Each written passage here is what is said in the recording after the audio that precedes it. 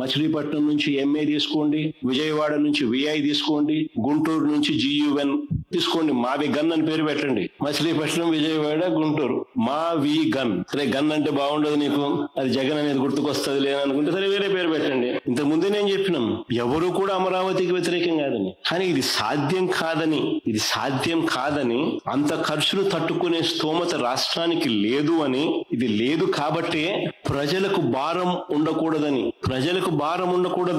రాష్ట్రంలో ఇతర ప్రాంతాలను రోడ్డు మీద పడేయకూడదు అని, అభివృద్ధి సంక్షేమం ఆగిపోకూడదు అని హైదరాబాదు, చెన్నై, బెంగళూరు లాంటి మెట్రో నగరాలతో పోటీ పడే పరిస్థితి మనకు కూడా ఒక గ్రోత్ ఇంజిన్ ఉండాలని ఆరాటంతో రాష్ట్రంలో ఉన్న అతిపెద్ద సిటీ విశాఖపట్నంకు అలాంటి అవకాశాలు ఉన్నాయి అని చెప్పి దాన్ని ఎగ్జిక్యూటివ్ క్యాపిటల్ గా చేశాం.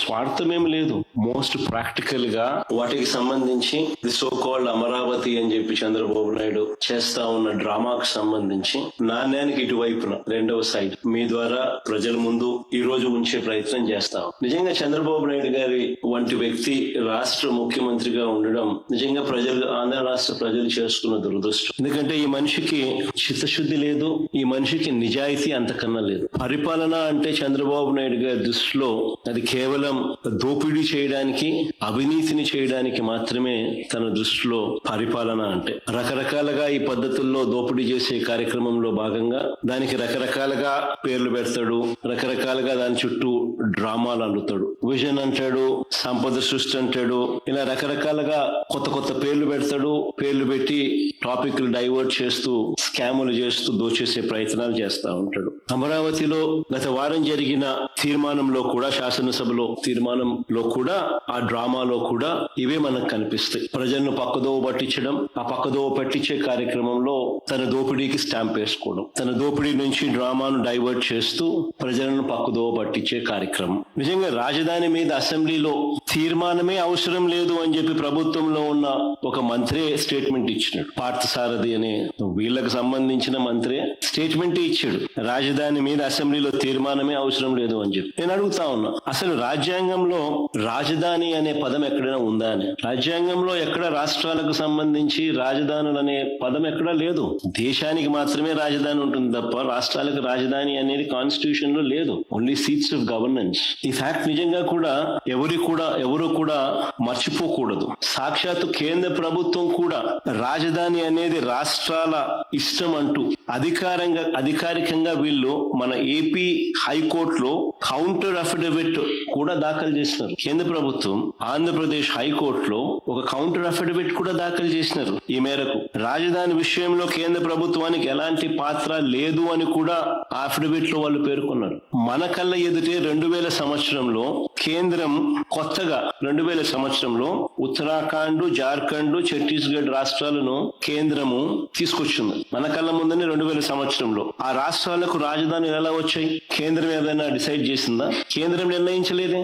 ఆయా రాష్ట్రాలు వాళ్ళు నిర్ణయించుకున్నారు. మరి ఎవరికి వర్తించింది? మరి 7 ఏళ్లుగా నేను చంద్రబాబు నాయుడు గారిని అడుగుతా ఉన్నా, మరి 7 ఏళ్లుగా మీరే ముఖ్యమంత్రిగా ఉండి, మొదటి టర్మ్ 5 సంవత్సరాలు, తర్వాత ఇప్పుడు 2 సంవత్సరాలు, మరి 7 ఏళ్లు మీరే ముఖ్యమంత్రిగా ఉండి 1,00,000 ఎకరాల అమరావతిలో ఇంతవరకు కట్టింది ఎంత? 1,00,000 ఎకరాల అమరావతిలో ఈయన 7 ఏళ్లు ముఖ్యమంత్రిగా ఉంటూ అమరావతి అనేది తన పెట్ ప్రాజెక్ట్ అంటూ తాను నినాదమిస్తూ తాను ఇంతవరకు కట్టింది ఎంత? నిజంగా సెల్ఫ్ ఫైనాన్స్ ప్రాజెక్ట్ అయ్యిందా ఇది? నిజంగా అమరావతి అని సెల్ఫ్ ఫైనాన్సా? ఈయన డబ్బా కొడతాన్నట్టుగా కొట్టినట్టుగా ఏ దేశం పోతే ఆ దేశం బొమ్మలు ఈయన చూపిస్తాడు. ఏ దేశం ఈయన పోయినా ఆ దేశం బొమ్మలు చూపిస్తాడు. చూపించి అదిగో ఇదే అమరావతి అని అంటాడు. మరి ఎంతవరకు వచ్చిందని అడుగుతా ఉన్నాం. ఆ దేశాలు ఇక్కడ ఏమైనా కనపడుతున్నాయా? కనీసం భూములు ఇచ్చిన రైతులకు చెప్పిన హామీలైనా నెరవేర్చాడా ఈ పెద్ద మనిషి? మొదట తీసుకున్న 50,000 ఎకరాల్లో, వెరీ ఇంపార్టెంట్ ఇది, మొదట తీసుకున్న 50,000 ఎకరాల్లోనే కేవలం రోడ్లు, కరెంటు, డ్రైనేజ్ అంటే సివరేజ్, వాటర్, వీటి కల్పనకి అయ్యే ఖర్చు చంద్రబాబు నాయుడు గారి స్వయాన లెక్కల ప్రకారమే, ఈయనే కేంద్ర ప్రభుత్వానికి ఇచ్చిన లెక్కలు, ఈయనే వివిధ బ్యాంకులకు ఇచ్చిన లెక్కల ప్రకారమే ఎకరాకు 2 కోట్లు అవుతుంది అని చెప్పాడు. అంటే 50,000 ఎకరాలకు అయ్యే 1,00,000 కోట్లకే దిక్కు లేదనుకుంటే ఇప్పుడు సడన్ గా మరో 50,000 ఎకరాలు దీనికి అదనంగా అయ్యే ఖర్చు, దీనికి సడన్ గా అదనంగా మరో 50,000 ఎకరాలు యాడ్ చేస్తున్నాడు ఇంతకు ముందున్న 50,000 ఎకరాలు, దానికయ్యే మళ్ళా అదనంగా మరో 1,00,000 కోట్ల రూపాయలు. ఇలా అమరావతిని ఎందుకు పెంచాల్సి వస్తా ఉంది, ఎందుకు పెంచుకుంటూ పోతున్నారు? ఆ డబ్బులు ఎలా వస్తాయి అంటే 1,00,000 ఎకరాల్లో, ఆ 1,00,000 ఎకరాల్లో కేవలం రోడ్లు వేయడానికి, కేవలం కరెంట్ ఇవ్వడానికి, కేవలం సేవరేజ్ వ్యవస్థ క్రియేట్ చేయడం కోసం, కేవలం నీటి వ్యవస్థ క్రియేట్ చేయడం కోసం, బేసిక్ ఇన్ఫ్రాస్ట్రక్చర్ క్రియేట్ చేయడం కోసం ఈ 1,00,000 ఎకరాలలో 2,00,000 కోట్లు కావాలి అని వీళ్ళు చెప్పిన లెక్కల ప్రకారం. మరి డబ్బులు ఎలా వస్తాయి? ఎన్ని సంవత్సరాలు పడుతుంది? ఎన్ని దశాబ్దాలు పడుతుంది? ఈ దశాబ్దాలు పట్టే ఈ సమయంలో, ఇన్ని సంవత్సరాలు పట్టే ఈ సమయంలో ఈ 2,00,000 కోట్లు ఇంకా ఎంతగా పెరిగిపోతూ పోతుంది. 2019కు ముందు ఈయనే స్వయంగా చేసిన మాస్టర్ ప్లాన్, 2019కు ముందు 50,000 ఎకరాలకు సంబంధించి బ్రహ్మాండమైన వరల్డ్ క్లాస్ రాజధాని ఇక్కడ వస్తా ఉందని ఈయనే మాస్టర్ ప్లాన్ తయారు చేసినాడు, మనందరికీ ఊదరగొట్టి బాహుబలి సెట్టింగ్లన్నీ చూపించి. 2019కు ముందు ఈయనే స్వయంగా చేసిన మాస్టర్ ప్లాన్ ను సడన్ గా ఈయనే ఎందుకు మారుస్తున్నాడు? అప్పుడు ఇదే 50,000 ఎకరాల్లోనే బ్రహ్మాండమైన బెస్ట్ క్యాపిటల్ అని చెప్పి ఊదరగొట్టిన ఇదే వ్యక్తి ఈ రోజు ఎందుకు మున్సిపాలిటీగా మిగిలిపోతుందని చెప్పి ఎందుకు అంటున్నాడు? ఆ మాట అని ఇంకొక 50,000 ఎకరాలు కావాలంటున్నాడు. మరి ఇంతకు ముందు 50,000 ఎకరాలతోనే వరల్డ్ క్లాస్ సిటీ అని చెప్పిన వ్యక్తి ఈ రోజు ఏమంటున్నాడు? ఆ 50,000 ఎకరాలే అంటే మున్సిపాలిటీగానే మిగిలిపోతుంది, అందుకని ఇంకొక 50,000 ఎకరాలు కావాలంట. ఎందుకంటా ఉన్నాడు? ఎక్కడా లేని విధంగా కాస్ట్ పర్ ఎస్ఎఫ్టీ, అడుక్కు అయ్యే ఖర్చు ఏకంగా 11,000 నుంచి 14,000 అవుతా ఉంది.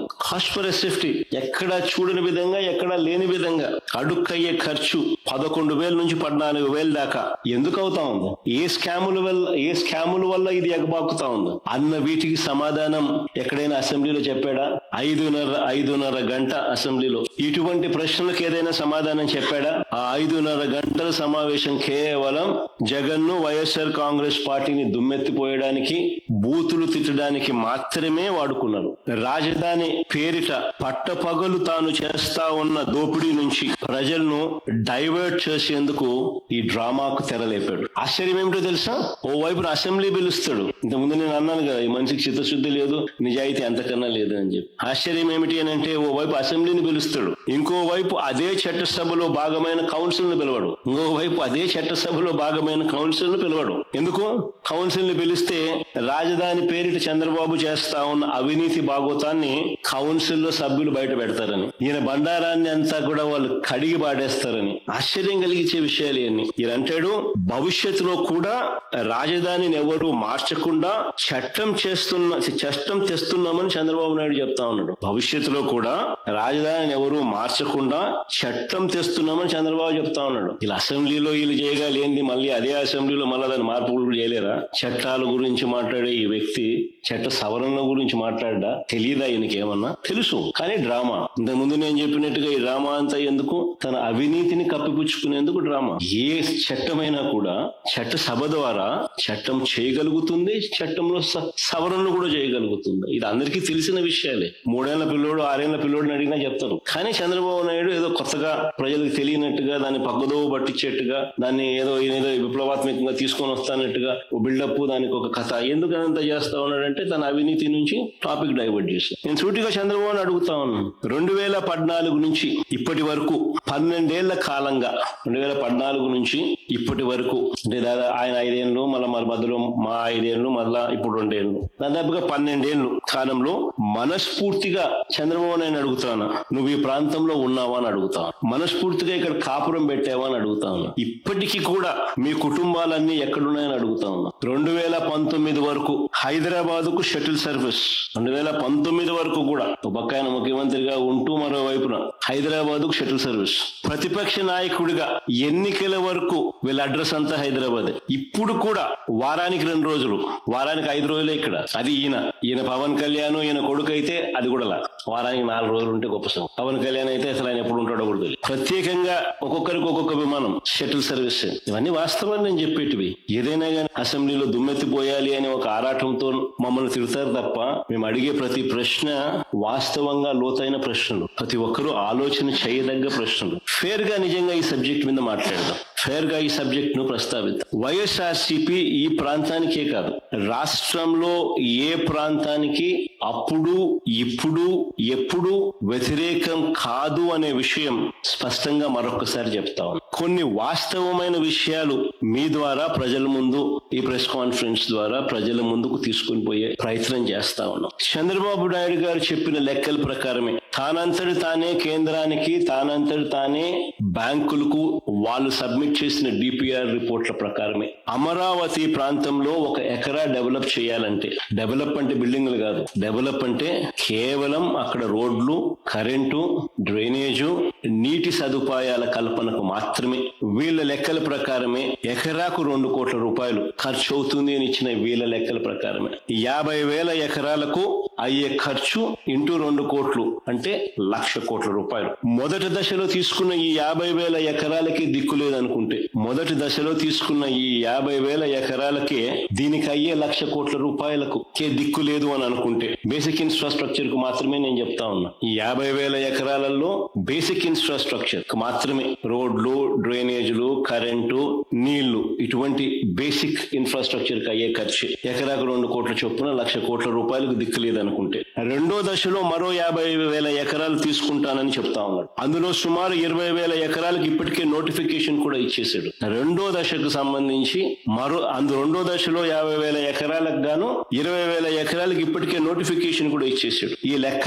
ఈ లెక్కన రాజధానిలో 1,00,000 ఎకరాలలో, వెరీ ఇంపార్టెంట్ పాయింట్, ఈ లెక్కన రాజధానిలో 1,00,000 ఎకరాల్లో తీసుకున్న 1,00,000 ఎకరాలలో కేవలం రోడ్లు వేయడానికి, కేవలం కరెంట్ ఇవ్వడానికి, కేవలం నీళ్లు ఇవ్వడానికి, కేవలం డ్రైనేజ్ కనెక్షన్లు ఇవ్వడానికి, ఇటువంటి బేసిక్ సదుపాయాలను కల్పించడానికి ఈ లెక్క ప్రకారమే, ఈయన ఇచ్చిన లెక్కల ప్రకారమే ఎకరాకు 2 కోట్ల రూపాయలు ఇంటూ 1,00,000 ఎకరాలు అంటే ఏకంగా 2,00,000 కోట్లు కావాలి. ఇది చాలా చాలా ఇంపార్టెంట్ పాయింట్. భవిష్యత్తులో ఈ ప్రాజెక్ట్ పూర్తయ్యేసరికి ఈ 2,00,000 కోట్లు ఇంకా ఎంత పెరుగుతుందో చెప్పలేం, ఎన్ని సంవత్సరాలు పడుతుందో చెప్పలేం, ఎన్ని దశాబ్దాలు పడుతుందో చెప్పలేం. ఇన్ని సంవత్సరాలలో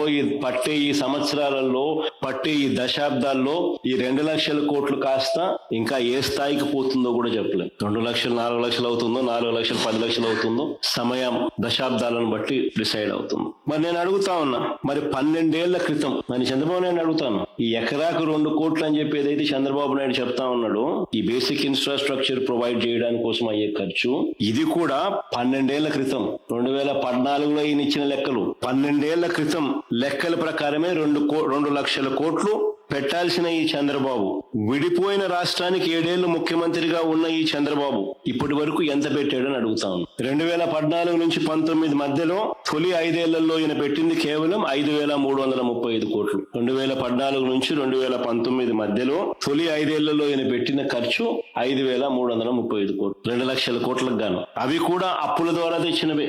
ఈ 2 ఏళ్లలో కూడా ఎంత పెట్టారని చూస్తే, ఇప్పుడు మళ్ళీ సెకండ్ టర్మ్ మళ్ళీ ఆయన ముఖ్యమంత్రిగా ఆయన ఈ 2 ఏళ్లలో కూడా ఎంత పెట్టారని చూస్తే, నాకున్న సమాచారం ప్రకారం చంద్రబాబు నాయుడు గారు అమరావతి కోసం ప్రస్తుతానికి చేసిన గ్రాస్ కమిటెడ్ అప్పులు 47,000 కోట్లలో ఇప్పటికే డ్రా చేసింది 13,000 కోట్లు. ఇందులో కూడా ఇక్కడ భలే ఆశ్చర్యమైన విషయం, ఇందులో కూడా మొబిలైజేషన్ అడ్వాన్సులుగా ఇచ్చింది 5,500 కోట్లు.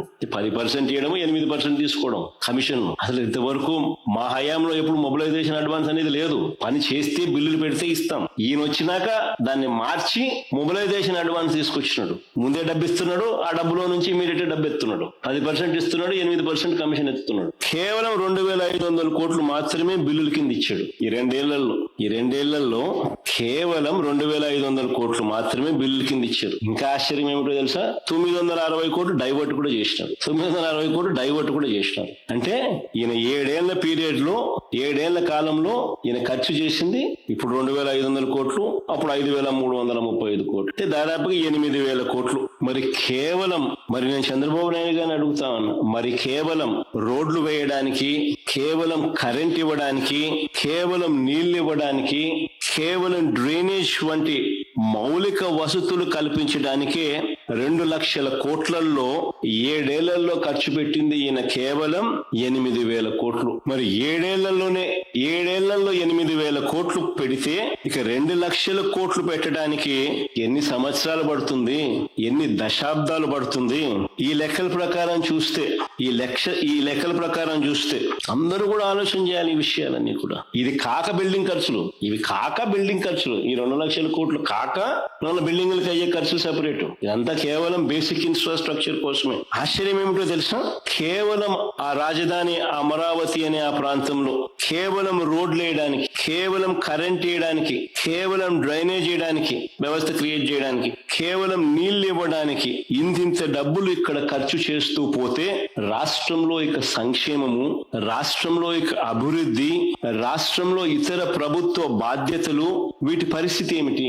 ఇది చాలా చాలా ఇంపార్టెంట్ పాయింట్. నిజంగా ఇప్పటికే చంద్రబాబు నాయుడు గారు తన స్కాముల కోసం అమరావతి మీద చంద్రబాబు నాయుడు గారు అప్పులు తెచ్చి అమరావతి పేరిట స్కాములు చేస్తూ చంద్రబాబు నాయుడు గారు కుమ్మరించడం వల్ల దాని ప్రభావం ఇప్పటికే రాష్ట్రం మీద కనిపిస్తా ఉంది. ఇప్పటికే మీరు గమనిస్తే రాష్ట్రంలో నాడు నేడు పనులు ఆగిపోయాయి. స్కూళ్లు, హాస్పిటళ్లు పట్టించుకునే నాతులు లేడు. పిల్లలకు ఇవ్వాల్సిన విద్యా దీవెన, వసతి దీవెన, ఫీజు రీయింబర్స్మెంట్, వసతి దీవెన ఆగిపోయింది. ఈ సంవత్సరంతో కలిపితే 10,000 కోట్ల రూపాయలు అవసరమైతే బడ్జెట్ లో పెట్టింది 2,600 కోట్లు బకాయిలతో కలిపి. ఆరోగ్యశ్రీ ఆగిపోయింది. ఇప్పటికే 20 పేపర్లో ఏకంగా బోర్డు తిప్పేసినారు రాష్ట్ర ప్రభుత్వం మీద నిరసన తెలుపుతూ. నెట్వర్క్ హాస్పిటల్ పేదవాడికి ఉచితంగా వైద్యం చేసే కార్యక్రమానికి ఫుల్ స్టాప్ పెడుతూ స్ట్రైక్ కాల్ ఇచ్చినారు. వ్యవసాయం పూర్తిగా దెబ్బతినింది.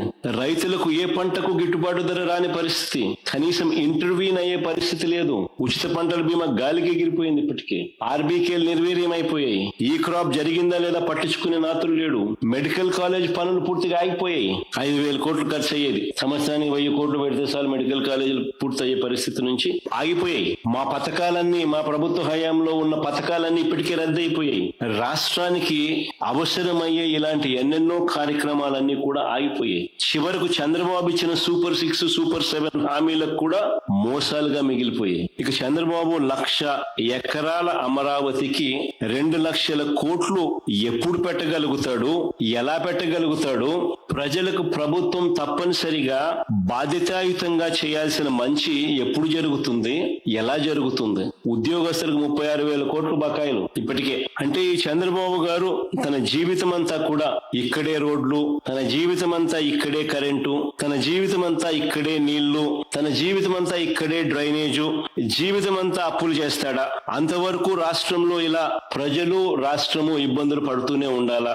ఇలాంటి పరిస్థితుల్లో చంద్రబాబు చెప్పిన 1,00,000 ఎకరాల అమరావతి ఎప్పటికి పూర్తవుతుంది? 2 లక్షల కోట్లు పెట్టే స్తోమత మనకు ఉందా? ఒకరు ఆలోచన చేయాలి ఈ విషయాలన్నీ కూడా. ఎందుకనంటే బుడిదేయడం సులభం, కానీ ప్రాక్టికల్ గా ఆలోచనలు అన్నది ఒక లీడర్ గా, ఒక స్టేట్స్మెన్ గా చేయాల్సిన ధర్మం నాయకులపై ఉంటుంది. ఈ ప్రశ్నలన్నీ కూడా అడుగుతున్నారనే అసెంబ్లీలో తీర్మానం అంటూ, అది కూడా కౌన్సిల్ ను పిలవకుండా తానేదో గొప్పగా సాధించినట్లుగా ప్రజలను పూర్తిగా మభ్యపెడుతూ తాను చేసే స్కాములకు స్టాంప్ వేసుకునే కార్యక్రమం, డైవర్ట్ చేసే కార్యక్రమాన్ని మాత్రమే వాడుకుంటున్నారు. అమరావతిలో జరిగిన స్కాముల గురించి కొన్ని ఉదాహరణలు చెప్తాను నేను. అమరావతిలో టెండర్లు ఒక్కసారి గమనిస్తే 2018లో ఏ పనులు ఎవరు చేశారో 2024లో టెండర్లు రద్దు చేసిన తర్వాత కూడా మళ్ళీ అవే కంపెనీలకు పనులు దక్కాయి. ఇది నిజంగా గమనించాలి. అమరావతిలో టెండర్లు ఒకసారి గమనిస్తే 2018లో ఏ పనులు ఎవరు చేశారో 2024లో టెండర్లు రద్దు చేసిన తర్వాత కూడా మళ్ళీ అవే కంపెనీలకు పనులు దక్కాయి. ఇది గూడుపుటాని కాదా అని అడుగుతా ఉన్నా. మాఫియా వ్యవహారం కాదా అని అడుగుతా ఉన్నా. ఒకవైపున అనూహ్యంగా టెండర్లు రద్దు చేసి రేట్లు పెంచేస్తున్నారు, మరోవైపు టెండర్లను రిగ్ చేసి మళ్ళీ వాళ్ళే టెండర్లు పొందుతున్నారు. ఇంకా ఆశ్చర్యం ఏమిటో తెలుసా? ల్యాండ్ ఫ్రీ, ఇసుక ఫ్రీ, కరెంటు ఛార్జీల్లో రాయితీలు, జిఎస్టీ మినహాయింపు, సీనరేజ్ మినహాయింపు, ఎన్ఏసి మినహాయింపులు, ఇవన్నీ రాయితీలే. ఇవన్నీ ఉన్నా సరే స్క్వేర్ ఫీట్ కు 11,000 నుంచి 14,000 రూపాయలు చూపిస్తా ఉన్నారు. ఇది భయంకరమైన దోపిడీ కాదా?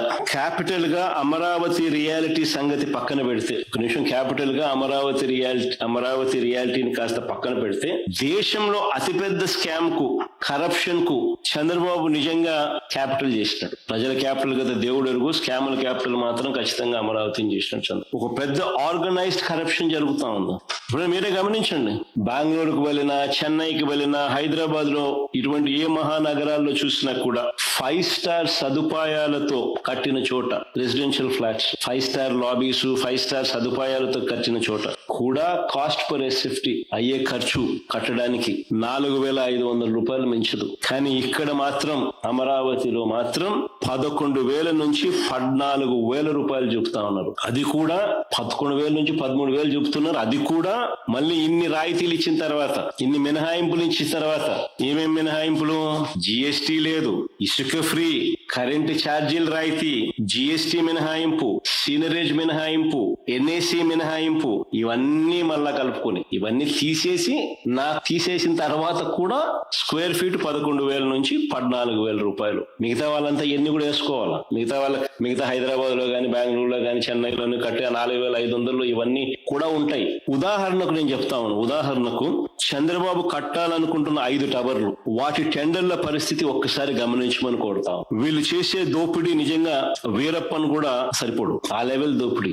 సెక్రటేరియట్ లో టవర్ 1, టవర్ 2, సెక్రటేరియట్ లో టవర్ 1, టవర్ 2 చూడండి, కావాలంటే మీరే స్క్రీన్ మీద కూడా చెప్తాను. Hindu article dated 27th April 2025 ఇందులో పబ్లిష్ చేసిన సెక్రటేరియట్ లో tower 1, tower 2 basement plus ground floor plus 39 floors. దీనికి 2018లో ఖరారైన కాంట్రాక్ట్ వాల్యూ అప్పట్లో 2018లో ఖరారైన కాంట్రాక్ట్ వాల్యూ 932 కోట్లు. ఇప్పుడు అదే పని విలువ ఎంతో తెలుసా? 1,423 కోట్లకు పెంచేశారు. పైగా టెండర్లలో పెంచిన ఆ రేటుకు మళ్ళీ 4.5% ఎక్సెస్.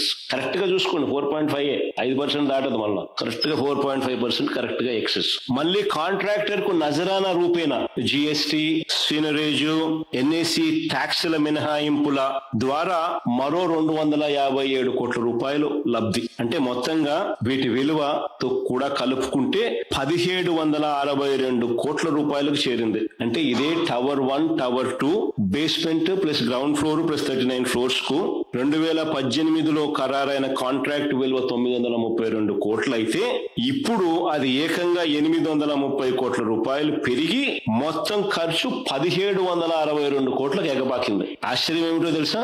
అప్పుడు కాంట్రాక్టర్ షాపూర్జీ పోలాంజీ, ఇప్పుడు కాంట్రాక్టర్ షాపూర్జీ పోలాంజీ. భలే విచిత్రంగా కనిపిస్తాయి. అలాగే టవర్ 3, టవర్ 4 తీసుకోండి. టవర్ 3, టవర్ 4 లో అది కూడా basement plus ground floor plus 39 floors. 2018లో ఖరారైన కాంట్రాక్ట్ వాల్యూ అప్పట్లో 784 కోట్లు. ఇప్పుడు అదే పని విలువ 1,247 కోట్లు. ఈ 1,247 కోట్లకు పెంచేసిన తర్వాత దాని మీద మళ్ళీ కరెక్ట్ గా 4.54% ఎక్సెస్. తర్వాత మళ్ళీ వీళ్ళకి ఇచ్చిన రాయితీలు, జిఎస్టీ రూపేనా, సీనరేజ్ రూపేనా, ఎన్ఏసి రూపేనా, వీళ్ళకి ఇచ్చిన రాయితీలు మరో 241 కోట్ల రూపాయలు. ఇది కూడా కలుపుకుంటే మొత్తం 1,545 కోట్ల రూపాయలు. అంటే 784 కోట్ల రూపాయలు కాస్త 1,545 కోట్ల రూపాయలు. ఆశ్చర్యం ఏమిటో తెలుసా? అప్పుడు కాంట్రాక్టర్ వెళ్ళేంటినే, ఇప్పుడు కాంట్రాక్టర్ వెళ్ళే. అలా వీటి అన్నిట్లో కూడా ఈ రేట్లలో మీకు చెప్పడం మర్చిపోయినా, ఇసుకే ఫ్రీ అది కూడా పరిగణలోకి తీసుకోవాలి. హైదరాబాద్ లో, బెంగళూరులో, చెన్నైలో 4,500 రూపాయలు పర్ ఎస్ఎఫ్టీకి ఇసుక, జిఎస్టీ, సీనరేజు అన్ని మిగతా అన్ని కట్టుకోవాలి పాపం వాళ్ళు. ఈడ చూస్తే ఎన్ని లేవు. రేట్ ఏమో 11,000 నుంచి 14,000. అలాగే జిఏడి టవర్ చూస్తే ఇది basement, ground floor plus 49 floors. 2018లో ఖరారైన కాంట్రాక్ట్ వాల్యూ 554 కోట్లు. ఇప్పుడు అదే పని విలువ 844 కోట్లకు పెంచేసినారు. ఆ తర్వాత ఆ పెంచిన రేటు మీద టెండర్లు, ఆ టెండర్లు మళ్ళా కరెక్ట్ గా 4.53% ఎక్సెస్, కరెక్ట్ గా 4.53% ఎక్సెస్. ఏదైనా అంతే చూసుకోండి, 4.53, 4. ఇంతకుముందు అంతే 4.54, ఇంతకుముందు 4.5 చూసుకోండి. మళ్ళీ కాంట్రాక్టర్ కు జిఎస్టి మినహాయింపులు, ఎన్ఈసి మినహాయింపులు, సీనరేజులు, వీటి రూపేణా మళ్ళీ అదనంగా మరో 163 కోట్ల రూపాయల లబ్ధి. ఈ 163 కోట్లు కూడా లెక్కేసుకుంటే మొత్తం 1046 కోట్ల రూపాయలు, అంటే 554 కోట్లు గతంలో 2018లో ఖరారైన కాంట్రాక్ట్ విలువ ఇప్పుడు 1046 కోట్లకు మళ్ళా ఇచ్చింది ఎవరికో తెలుసా? ఎన్సీసీ కట్టబెట్టారు. అప్పుడు ఎన్సీసీఏ కాంట్రాక్టర్, ఇప్పుడు మళ్ళీ ఎన్సీసీఏ కాంట్రాక్ట్. అలా ఇవన్నీ సుమా ఇసుక ఫ్రీ. మొత్తంగా ఈ 5 టవర్లకు రాయితీలతో కలిపి 4,354 కోట్లకు కాంట్రాక్టులు ఇస్తే మళ్ళీ దీనికి అదనంగా ఏసీలంట, ప్లంబింగ్ అంట, ఎలక్ట్రికల్ అంట, ఫైర్ ఫైటింగ్ అంట, లిఫ్టులంట, ఈ పనుల కోసం మళ్ళీ 2,316 కోట్లకు టెండర్లు పిలుస్తున్నారు. అడ్మినిస్ట్రేటివ్ శాంక్షన్ ఇచ్చినారు, పిలుస్తామని చెప్పినారు, పిలుస్తున్నారు. అంటే అన్ని కలుపుకుంటే మొత్తంగా 5 టవర్లకు 6,671 కోట్ల రూపాయలు. మళ్ళీ దీనికి అదనంగా ఆ కట్టియా గవర్నమెంట్ కాంప్లెక్స్ లలో అక్కడ ఇన్ఫ్రాస్ట్రక్చర్, అంటే అక్కడ డ్రైనేజ్, అక్కడ సీవరేజ్ ట్రీట్మెంట్ ప్లాంట్, ఏదైనా ఫ్లాట్లలో మీరు ఉన్నారు అని అంటే ఆ ఫ్లాట్లలో ఉంటే అక్కడ డ్రైనేజ్ కనెక్షన్లు, అక్కడ ఆ కాంప్లెక్స్ లో కావలసిన డ్రైనేజ్ కనెక్షన్లు, ఆ కాంప్లెక్స్ లో ఇన్ఫ్రాస్ట్రక్చర్, ఆ కాంప్లెక్స్ లో సీవరేజ్ ట్రీట్మెంట్ ప్లాంట్, వీటికి మళ్ళీ అదనంగా సపరేట్ గా 1053 కోట్లు.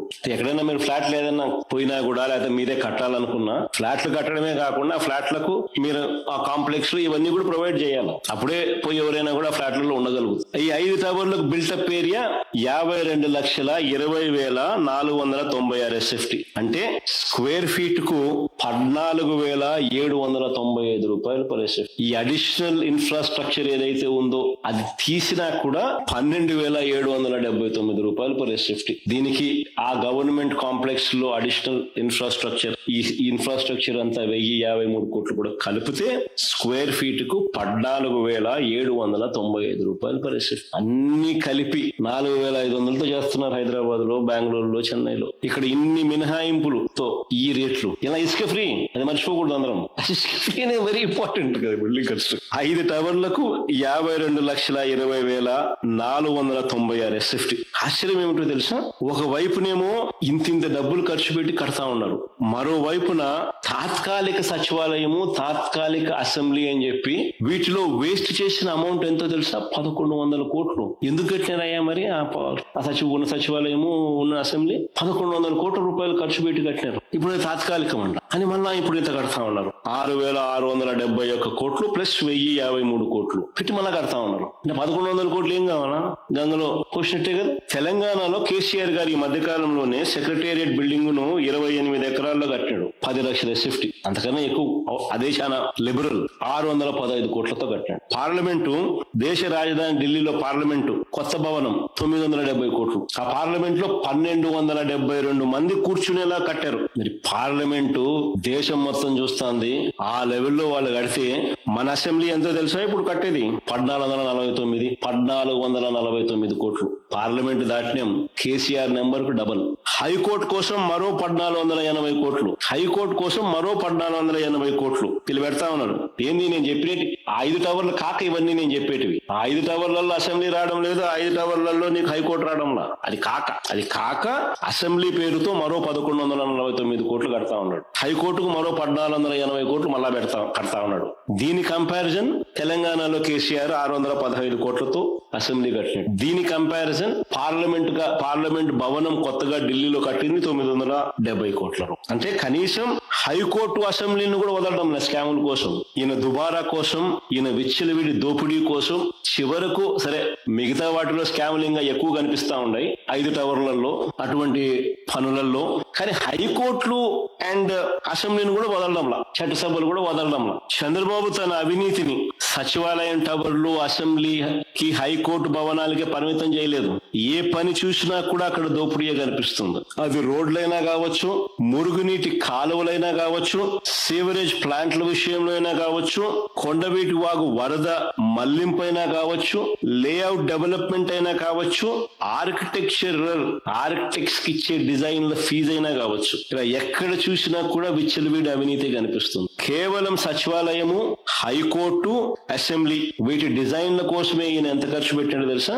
401 కోటి డిజైన్ల కోసం, బొమ్మలు వేసిందని. కొండవీటి వాగు నుంచి వారధి వరకు, కొండవీటి వాగు నుంచి వారధి వరకు ఫ్లైఓవర్ కోసమే కిలోమీటర్ కు 170 కోట్లు పెట్టాడు. కిలోమీటర్ కు 170 కోట్లు ఖర్చు చేసినాడు. అదే మా హయాంలో బెంచ్ సర్కిల్లో మీ కళ్ళ ముందునే ఫ్లైఓవర్ కనిపిస్తుంది. మా హయాంలోనే కట్టాం. కిలోమీటర్ 35 కోట్లు మాకైంది ఖర్చు. మీ అందరూ విజయవాడ పోతాను, అందరూ విజయవాడలో సిటీలో నుంచి పోతాంటారు. రెండో ఫ్లైఓవర్ కనిపిస్తుంది. మన హయాంలోనే కట్టాం పూర్తిగా. 35 కోట్లు కిలోమీటర్కి అయితే ఇది 170 కోట్లు. నాకు నిజంగా ఒక్కోసారి అనిపిస్తుంది, బంగారంతో ఏమైనా కడతానారా, ఆడేమన్నా బంగారు బిస్కెట్లు ఏమన్నా లోపల అని స్మార్ట్ గా బంగారు బిస్కెట్లు కనపడేట్టుగా పెట్టాను. అమరావతిలో మిగిలిపోయిన 6 లేన్ రోడ్లు వేయడానికి ఎంత తెలుసా? కిలోమీటర్కు 53 కోట్లు. అదే నేషనల్ హైవే టెండర్లు పిలుస్తూ ఉంటారు దేశమంతా, కిలోమీటర్కి 20 కోట్లు వాళ్ళకి యావరేజ్ ఖర్చు. 6 లేన్ మన దగ్గర 53 కోట్లు కిలోమీటర్. ఈ దోపిడీని మనం ప్రశ్నించకూడదట, అడగకూడదట.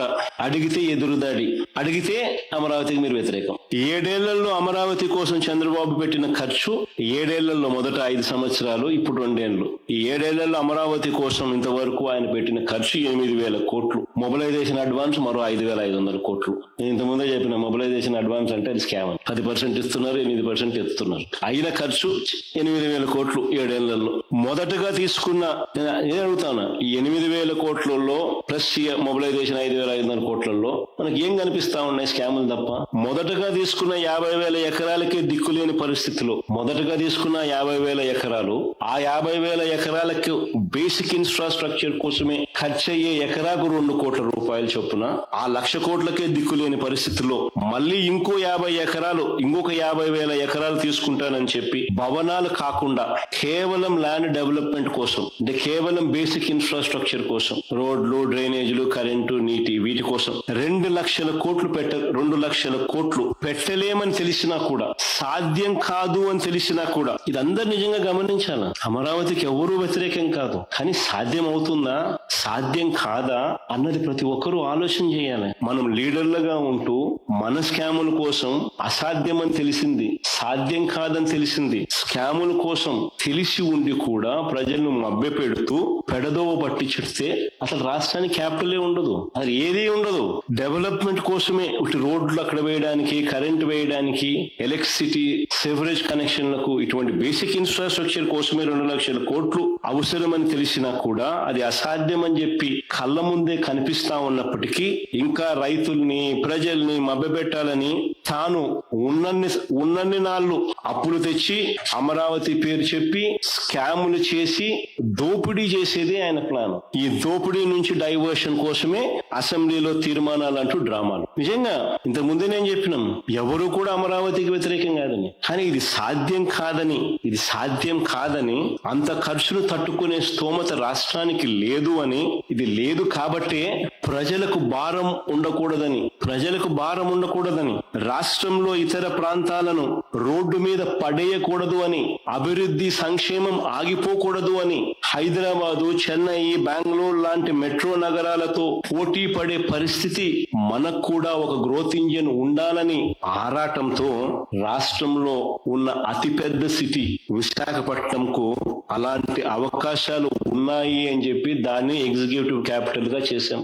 స్వార్థమేం లేదు, మోస్ట్ ప్రాక్టికల్ గా సాధ్యమయ్యే పని, రాష్ట్రానికి గుదిబండ కాకుండా మరోవైపున ప్రజలకు అభివృద్ధి సంక్షేమ ఫలాలు అందిస్తూ రాష్ట్ర ప్రభుత్వం తాను చేయాల్సిన బాధ్యతలు నిర్వహిస్తూ మోస్ట్ ప్రాక్టికల్ గా ఏది చేస్తే బాగుంటుంది అని చెప్పి రాష్ట్రంలో ఉన్న అతిపెద్ద నగరమైన విశాఖపట్నాన్ని ఎగ్జిక్యూటివ్ క్యాపిటల్ గా చేస్తూ ఆ దిశగా అడుగులు వేసాం. మేము కర్నూలు న్యాయ రాజధానిగా పెట్టాలనుకున్నాం. శ్రీబాగ్ ఒడంబడిక మెడ్రాస్ ప్రెసిడెన్సీ నుంచి చూస్తే కొన్ని సంవత్సరాలు కొద్ది రోజుల పాటు కర్నూలు రాజధానిగా ఉండేది. హైదరాబాద్ తెలంగాణ ఎప్పుడైతే జాయిన్ అయిందో, భాషా ప్రవక్త రాష్ట్రాల కింద ఎప్పుడైతే ఆవిర్భావం చెందిందో, అప్పుడు హైదరాబాద్ కు అవకాశం ఇస్తూ అప్పటిదాకా కర్నూలు రాజధానిగా ఉన్న ప్రాంతాన్ని అప్పుడు శ్రీబాగ్ ఒడంబిక ప్రకారం అక్కడ హైకోర్టు పెట్టాలని చెప్పి ఒక ఒప్పందం కుదిరింది. దాన్ని గౌరవిస్తూ కర్నూలును న్యాయ రాజధానిగా పెట్టాలనుకున్నాం. అమరావతిని శాసన రాజధానిగా కొనసాగించాలని చెప్పి కూడా నిర్ణయించాం. తీసేయాలనుకోలేదు ఎప్పుడు కూడా, సాధ్యం కాదు కాబట్టే మోస్ట్ ప్రాక్టికల్ సొల్యూషన్ తీసుకొచ్చాం. మా ఆలోచనలలో ఎక్కడా కూడా అమరావతిని నిర్లక్ష్యం చేయలేదు. ఇన్ఫాక్ట్ ఈ ప్రాంతంలో 5 ఏళ్ల పాటు రైతులకు కౌలును పెంచినాం. రాజధానిలో ఇచ్చే పెన్షన్లు 5,000 కూడా మేము తీసుకుపోయినాం. ఈ ప్రాంతంలో ప్రజలకు మంచి చేయాలని, రైతులకు మంచి చేయాలని చేస్తాం. ఇవన్నీ కూడా మా ఆలోచన అంతా కూడా ఆచరణాత్మక ఆలోచనలు, మోస్ట్ ప్రాక్టికల్ ఆలోచనలు, సాధ్యమయ్యే ఆలోచనలు. ప్రభుత్వం తన బాధ్యతగా ప్రజలకు చేయాల్సిన ప్రతి మేలు కూడా చేస్తూ ప్రభుత్వం మీద, ప్రజల మీద అప్పుల భారం మోపకుండా అతి తక్కువ పెట్టుబడితో విశాఖపట్నంలో ఆల్రెడీ అక్కడే ఉన్న ఇన్ఫ్రాస్ట్రక్చర్ కు కాస్త మెరుగులు దిద్ది అదనంగా కొన్ని భవనాలు కడితే చాలు ఒక గ్రోత్ ఇంజిన్ లా మారుతుంది. దీనికోసం కేవలం 10,000 కోట్లు ఖర్చు పెడితే చాలు. అది కూడా ఒకేసారి పెట్టాల్సిన అవసరం లేదు. సంవత్సరానికి 2,000 కోట్లు చొప్పున 5 ఏళ్లలో పెడితే చాలు.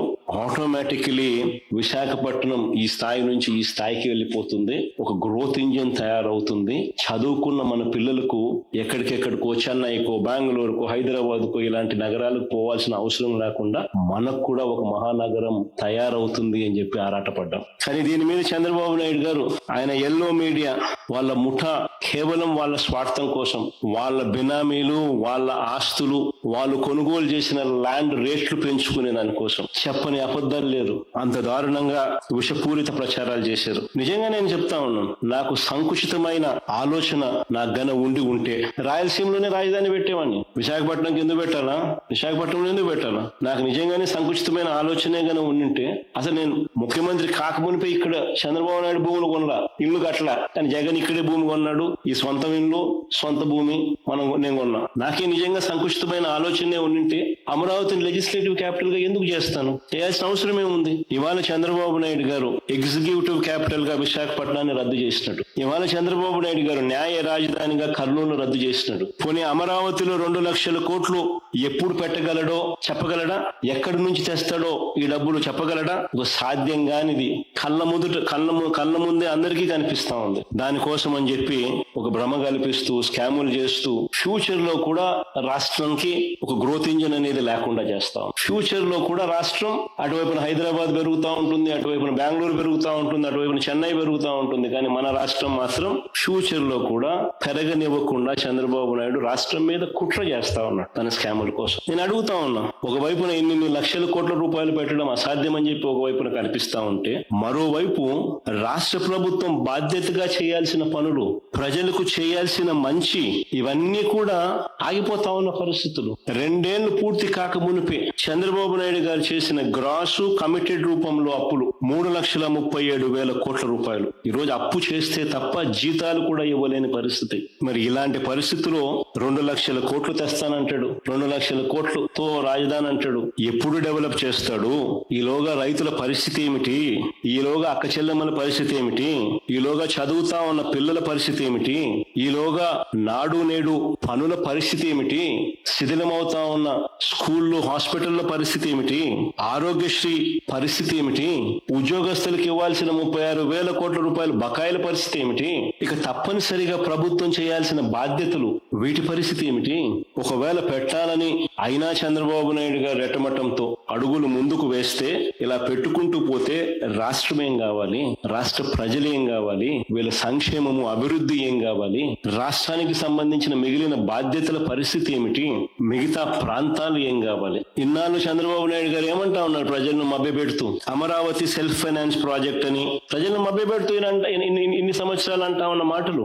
అమరావతి సెల్ఫ్ ఫైనాన్స్ ప్రాజెక్ట్ అని రాష్ట్రంలోని ప్రజలందరినీ కూడా చంద్రబాబు నాయుడు గారు ఇన్ని సంవత్సరాలు మభ్యపెడుతూ వచ్చాడు. నేను అడుగుతా ఉన్నా, చంద్రబాబు నాయుడు గారు, చంద్రబాబు నాయుడు గారు సెల్ఫ్ ఫైనాన్స్ ప్రాజెక్టే అయితే అమరావతి కోసం ఇప్పటికే కమిటెడ్ గ్రాస్ లోన్లు 47,000 కోట్లు ఎందుకు చేస్తున్నట్లు అని అడుగుతా ఉంది. సెల్ఫ్ ఫైనాన్స్ ప్రాజెక్ట్ అయితే ఆయన కమిటెడ్ గ్రాస్ లోన్స్ 47,000 కోట్లు ఎందుకు చేస్తా ఉన్నట్టు? ఇవి కాకుండా రాష్ట్ర బడ్జెట్ నుంచి కేటాయింపులు ఎందుకు చేస్తా అన్నట్టు? ఈ లోన్లే కాకుండా రాష్ట్ర బడ్జెట్ నుంచి కేటాయింపులు ఎందుకు చేస్తా ఉన్నారు?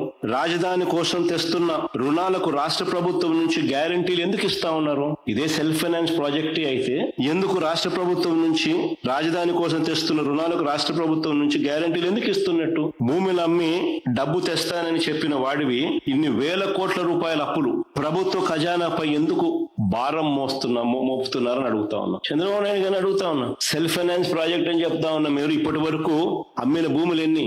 నీ విజనరీ ఆలోచనల ద్వారా అమరావతి ప్రాజెక్ట్ నుంచి ఇప్పటి వరకు ఎంత డబ్బులు వచ్చినాయి? వచ్చిన డబ్బులు ఎంత? తన స్కాముల కోసం అమరావతి పేరు చెప్పి చంద్రబాబు అప్పులు తెచ్చి దాని ప్రభావం ఇంతకు ముందే నేను చెప్పా, రాష్ట్రంలో ఇప్పటికే దాని ప్రభావం కనిపిస్తా ఉంది అని చెప్పి నేను చంద్రబాబు నాయుడు గారికి చెప్తా ఉన్నా. సరే, మేము ప్రాక్టికల్ గా చేసిన ఆలోచన మీకు నచ్చలా, ఓకే ఫైన్. మేము చాలా ప్రాక్టికల్ గా ప్రజల బాగోగుల కోసం, రాష్ట్రానికి మంచి కోసం మేము చేసిన ఆలోచనలు మీకు నచ్చలా. పోనీ మేము ప్లాన్ బి ఇచ్చినాం, మేము చేసిన ప్లాన్ ఏ మీకు నచ్చలా. పోనీ ప్లాన్ బి మేము మీకు ఇచ్చాం కదా, ప్లాన్ బి కింద మేము చెప్పిన ప్లాన్ గురించి ఆలోచించారా?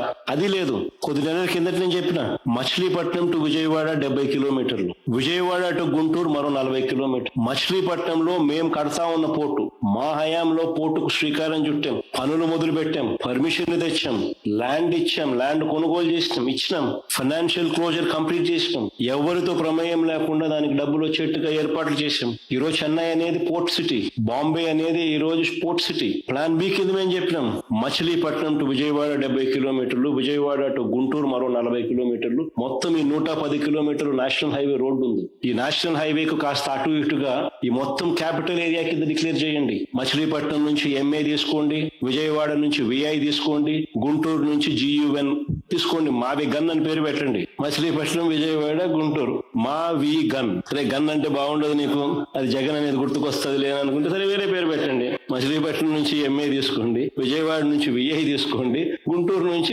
GUN తీసుకోండి, మావి గన్ అని పెట్టండి. ప్రమాణమైన 110 కిలోమీటర్లు క్యాపిటల్ ఏరియాని డిక్లేర్ చేయండి, కారిడార్ కింద క్యాపిటల్ ఏరియాని. కనీసం ప్లాన్ బి అన్న కనీసం పిక్చర్ లేక వస్తే అట్లీస్ట్ నువ్వు పెట్టే 2 లక్షల కోట్ల రూపాయలు ఈ రాజధాని ప్రాంతంలో అది అయ్యేది కాదు, సచ్చేది కాదు. ఆ 2 లక్షల కోట్లలో 10% పెడితే చాలు. ఈ మచిలీపట్నంకు, ఈ విజయవాడకు, ఈ గుంటూరు మధ్య కనెక్టివిటీ కోసం, రింగ్ రోడ్లు, ఇతరాత్ర పనుల కోసం, ఇతర మౌలిక సదుపాయాలు, చిన్న మౌలిక సదుపాయాల కోసం 10% పెడితే చాలు. ఈ మావి గన్, ఈ క్యాపిటల్ ప్రాంతం ఫ్యూచర్ లో ఎకనామిక్ ఇంజిన్ అవుతుంది. విజయవాడ దాని చుట్టుపక్కల దాదాపుగా 20 లక్షల మంది ప్రజలు ఉన్నారు. గుంటూరులో దాదాపుగా 10 లక్షల మంది ప్రజలు ఉన్నారు. మచిలీపట్నంలో దాదాపుగా 3-4 లక్షల మంది ప్రజలు ఉన్నారు. దాదాపు ఇంత జనాభా ఉన్న, దాదాపు 35-40 లక్షల మంది జనాభా ఉన్న ప్రదేశంలో కాస్త ఖర్చు పెడితే అదొక మహానగరంగా, ఒక గ్రోత్ ఇంజిన్ గా ఎదుగుతుంది అని ఆలోచన చెప్పినాం.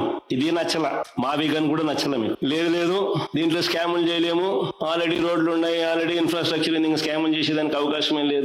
మేము ఆ 2 లక్షల కోట్ల స్కామ్ కనపడుతుంది, మాకు 2 లక్షల కోట్లే పెట్టాలా, ఆన్నే స్కాములు చేయొచ్చు. మేము రాష్ట్రం ఎటుపోతే మనకేమి, రాజధాని రాష్ట్రానికి లేకపోతే మనకేమి, మన చదువుకున్న పిల్లలకు ఉద్యోగాలు రాష్ట్రంలో రాకపోతే మనకేమి అని చంద్రబాబు నాయుడు గారి ఆలోచనలు. అందుకనే దీనికన్నా లేదు 1,00,000 ఎకరాల్లో రాజధాని కోసమే కట్టాలా, దానికి 2 లక్షల కోట్లు బేసిక్ ఇన్ఫ్రాస్ట్రక్చర్ కోసమే పెట్టాలా, అక్కడే రోడ్లు వేయాలా, అక్కడే డ్రైనేజీలు వేయాలా, అక్కడే వాటర్ కనెక్షన్లు ఇవ్వాలా, అక్కడే కరెంటు. నా జీవితం అంతా అదే చేస్తా ఉంటా, దానికోసమే అప్పులు తెస్తా, దానికోసమే స్కాములు చేస్తానంటే నిజంగా పెట్టలేరని తెలిసి, అసాధ్యం అని చెప్పి తెలిసి, ఉట్టి బేసిక్ ఇన్ఫ్రాస్ట్రక్చర్ కోసమే 2 లక్షల కోట్లు, అది ఇప్పుడు ప్రకారం. ఇది పూర్తి అయ్యేసరికి అది ఎన్ని లక్షల కోట్లు అవుతుందో, ఎన్ని సంవత్సరాలు పడుతుందో, ఎన్ని దశాబ్దాలు పడుతుందో. సో సాధ్యంగానిది ఒక పెట్టలేరని తెలిసి కేవలం నీ స్వార్థం కోసం, నువ్వు నీ బినామీల ఆస్తుల విలువలు పెంచుకునే దానికోసం, రాష్ట్రం మీద భారం మోపుతూ అప్పులు తీసుకొస్తూ, రాష్ట్రానికి సంబంధించిన సంక్షేమాన్ని, అభివృద్ధిని పూర్తిగా గాలికి వదిలేసి, రాష్ట్రాన్ని అంధకారంలోకి, అప్పుల ఊబులేకి నెట్టేసే కార్యక్రమం చేస్తా ఉన్నారు చంద్రబాబు నాయుడు. ఆశ్చర్యం ఏమిటో తెలుసా, మొన్న అసెంబ్లీ సమావేశాల్లో చంద్రబాబు నాయుడు గారు మాట్లాడింది చూస్తే చూస్తే ఇంకా ఆశ్చర్యం కలిగించే విషయాలు కొన్ని ఉన్నాయి. మన అసెంబ్లీలో చంద్రబాబు నాయుడు గారు మాట్లాడింది చూస్తే ప్రజలకు పూర్తిగా ఒక విషయం అర్థమైపోయింది. లక్షల ఎకరాల అమరావతి లేదని, నవనగరాలు లేవని, ఎయిర్పోర్ట్ లేదని, రైల్వే స్టేషన్ లేదని, ఇంటర్నేషనల్ స్టేడియం లేదని చంద్రబాబు మాటల్లోనే స్పష్టంగా చెప్పాడు. ఏమని చెప్పినాడు? నారాయణ అడిగినాడంట. ఈయనకు చెప్పినాడంట. ఏమని? ట్రంక్ ఇన్ఫ్రా 2022 మే 27కి అయిపోతుందంట. లేఅవుట్లన్నీ 2028 మే 27కి అయిపోతుందంట. 5 టవర్లు అసెంబ్లీ, హైకోర్టు 2028 ఆగస్టు నాటికి పూర్తవుతాయట. ఈ మాటలన్నీ ఎవరు చెప్పినారు? నారాయణ అడిగితే నారాయణ చంద్రబాబు నాయుడు చెప్పారు. సో చివరికి 1,00,000 ఎకరాల రాజధాని కాస్త 200 ఎకరాలకు వచ్చింది. సో ఇక నువ్వు 200 ఎకరాల్లోనే నువ్వు రాజధాని నిర్మించేట్టుగా అయితే ఇంకా మారుమూల ప్రాంతానికి ఎందుకు పోయినావు స్వామి? జనసంచారం నేను ఆ ప్రాంతానికి ఎందుకు పోయినావు స్వామి? హైవే పక్కన ఇక్కడ కట్టిండొచ్చు కదా. విజయవాడ, గుంటూరు, మచిలీపట్నం మధ్యలో ఏడగట్టినా గానీ నీకు బ్రహ్మాండంగా డెవలప్ అయి ఉండేది కదా. రాజధాని విషయంలోనే కాదు, ఏ విషయంలో కూడా చంద్రబాబు నాయుడు గారికి ఆచరణాత్మక ధోరణి అన్నది ఎప్పుడూ లేదు. ఎప్పుడు కూడా ఆయన ప్రాక్టికాలిటీకి చాలా దూరంగా ఉంటుంది. నిజంగానే ఆయనలో ప్రాక్టికల్ సెన్స్ గన ఉండింటే, ఆచరణాత్మక ధోరణి గన తనలో ఉండింటే ఈ పాటికి రాజధాని వచ్చేసిండు, అయిపోయింది. ఈ పాటికి రాజధాని ఏ హైవే పక్కన కట్టినంటే అయిపోయేది. ఈ పాటికి అది ఒక గ్రోత్ ఇంజిన్ లా కానీ ఈ పొద్దు ఎదిగింటది. ఆ బీజాలు పడుండేటివి. నేను ఇదివరకే చెప్పాను, మాకు ఏ ప్రాంతం అన్నా కూడా వ్యతిరేకత లేదని. మరొకసారి మళ్ళీ చెప్తా ఉన్నా నేను. ఎందుకంటే చంద్రబాబు నాయుడు గారు తన స్కాముల కోసమని ప్రజలను భావోద్వేగాలను రెచ్చగొట్టే కార్యక్రమం చేస్తా ఉన్నాడు.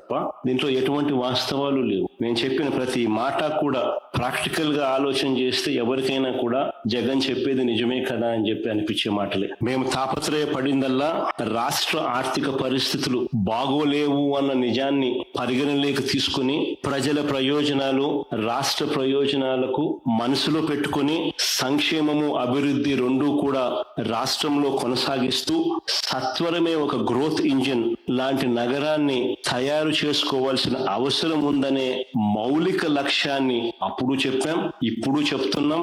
ఒకే వర్షనే మేము చెప్తా ఉన్నాం. రాజధాని విషయంలో మేము ఇచ్చిన సలహాని ప్రభుత్వం పక్కన పెట్టిన నేపథ్యంలో, సెల్ఫ్ ఫైనాన్స్ ప్రాజెక్ట్ అనేది పూర్తిగా పక్కకు పోయిన నేపథ్యంలో, కేవలం అప్పుల మీదే రాజధాని పనులు ఆధారపడ్డ నేపథ్యంలో, వాస్తవ పరిస్థితులు 1,00,000 ఎకరాల అమరావతిలో కేవలం రోడ్లు, డ్రైనేజ్ వ్యవస్థ, నీళ్లు, కరెంటు కోసమే ఇంత డబ్బు పెడితే ఇక ప్రజలు, రాష్ట్రం ఏం కావాలి అని మరొకసారి ప్రశ్నిస్తా ఉన్నా చంద్రబాబు నాయుడు గారికి ఒకటి చెప్తా ఉన్నా. చంద్రబాబు నాయుడు గారు చేస్తా ఉన్న ఈ స్కాములు, ఈ దోపిడీలు ఇవన్నీ కూడా వెలుగులోకి వస్తాయి. ఇవన్నీ కూడా ఖచ్చితంగా వెలుగులోకి వస్తాయి. రాజధాని పేరుతో ప్రజలను పనంగా పెట్టి కేవలం దోపిడీయే ఆలోచనతో తాను చేస్తా ఉండేటివన్నీ కూడా వెలుగులోకి ఖచ్చితంగా వస్తాయి. రానున్న రోజుల్లో రాజధానికి సంబంధించిన ప్రతి పనిలో కూడా చంద్రబాబు నాయుడు గారు ఎంతెంత మెక్కుతున్నారో అవన్నీ కూడా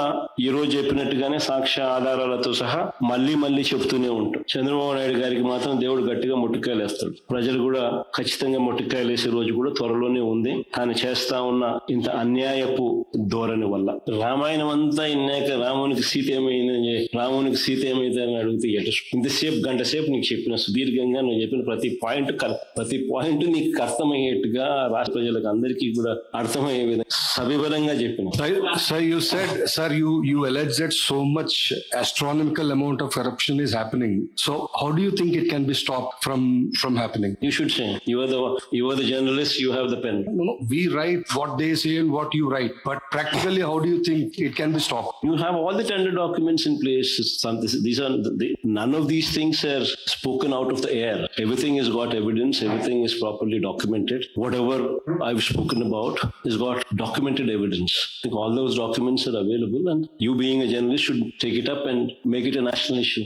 What about those companies indulging in these tenders and contracts? Do you think they will react? చేస్తా అంతే. ఇప్పుడు ఏం చేయగలుగుతాం? ఏం చేయగలిగేది ప్రస్తుతానికి అయితే ఏం చేయలేదు. మనం వచ్చిన తర్వాతనే ఎంక్వైరీలు ఏదైనా చేయగలం. అంతే కదా. ప్రస్తుతానికి ఏం చేయగలుగుతాం? విలేకరుల సమావేశం పెడతాం. విలేకరుల ద్వారా మీ ద్వారా రాష్ట్ర ప్రజలకు చెప్పే కార్యక్రమం చేస్తాం. మీరు ఎంక్వైరీ చేసి మీరు కూడా మీ పత్రికల్లో రాయండి, మీరు కూడా మీ పేపర్లలో, మీ టీవీలలో చూపించండి అని చెప్పి చెప్పగలరు. కానీ మేనేజ్మెంట్లు ఆంధ్రప్రదేశ్ లో అయితే ఆల్రెడీ కుమ్మక్కై ఉన్నాయి. ఈ వీళ్ళంతా కూడా కలిసికట్టుగా ఉన్నారు. సో ఇంకా నేషనల్ మీడియా ఏదైనా అవకాశం ఉంటే వాళ్ళకు ఏదైనా చెప్పగలిగింది చెప్తాము. వాళ్ళు కూడా సగం కరప్ట్ అయ్యి సగం చెడిపోయి ఉన్నారు.